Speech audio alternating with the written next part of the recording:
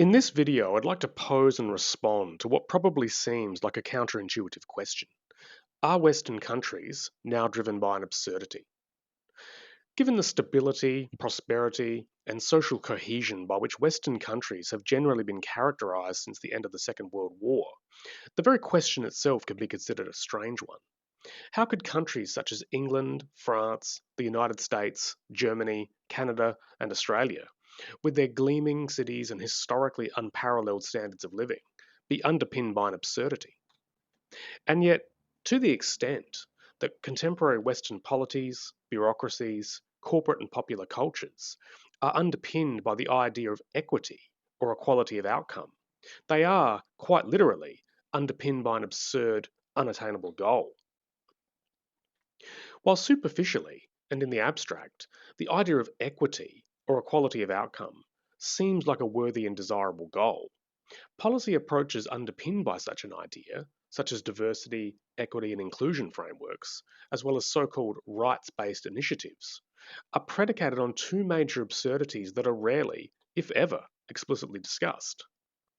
The first of these proverbial elephants in the room is the unspoken belief that inequality is caused by people, that someone, some group, or some system, men, white people, capitalism, colonialism, are responsible for inequality, and that if only discrimination, oppression, and exploitation were removed, equality of outcome would somehow naturally result. This belief is in turn underpinned by the assumption that equality of outcome is human beings' original or natural state, and that inequity or inequality of outcome is undeniable evidence that some sort of terrible historical crime has been committed, or that political or economic systems are unjust or unfair.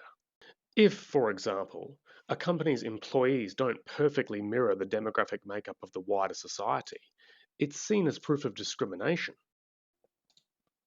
If men, women, or people of different ethnicities choose different occupations, professions, or working hours, it's taken as evidence of oppression.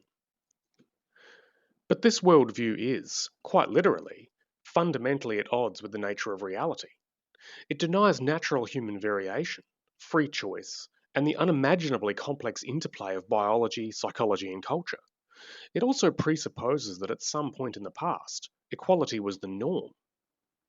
The second proverbial elephant in the room is the idea that equity, or equality of outcome, can be achieved or sustained in the future, something a simple, intuitive thought experiment should be sufficient to disprove. Imagine, for example, that everyone woke up tomorrow morning to find that exactly the same amount of money was in each of their bank accounts, and that everyone was now going to receive the same fortnightly income. How long would equality last? A few weeks? A few days? A few hours? Within moments, individuals would begin making choices. Some would save, others would spend, some would invest, others would gamble. Some would start businesses, others would buy art, some would go travelling, etc., etc. And before long, even after a perfectly equal starting point, inequality would return. This is because human beings are different. We have different talents, preferences, energy levels, ambitions, temperaments, and values. To deny this is to deny reality itself.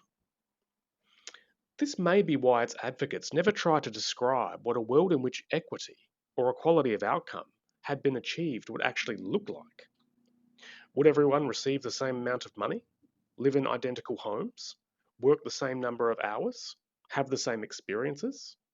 And if we could, by some miracle, be returned to the unarticulated, imaginary, equitable state of being that proponents of equality of outcome implicitly believe would spontaneously emerge in the absence of oppression, discrimination, and exploitation, would it be desirable? The 20th century saw many attempts to achieve equity through various socialist and communist experiments, all of which failed spectacularly and killed millions in the process.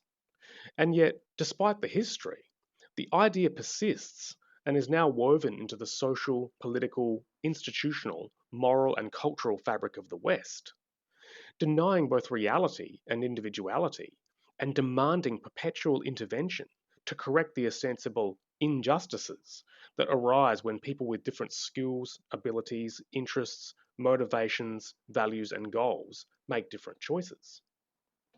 This is the elephant in the room. Disturbingly, equity is not simply a policy objective.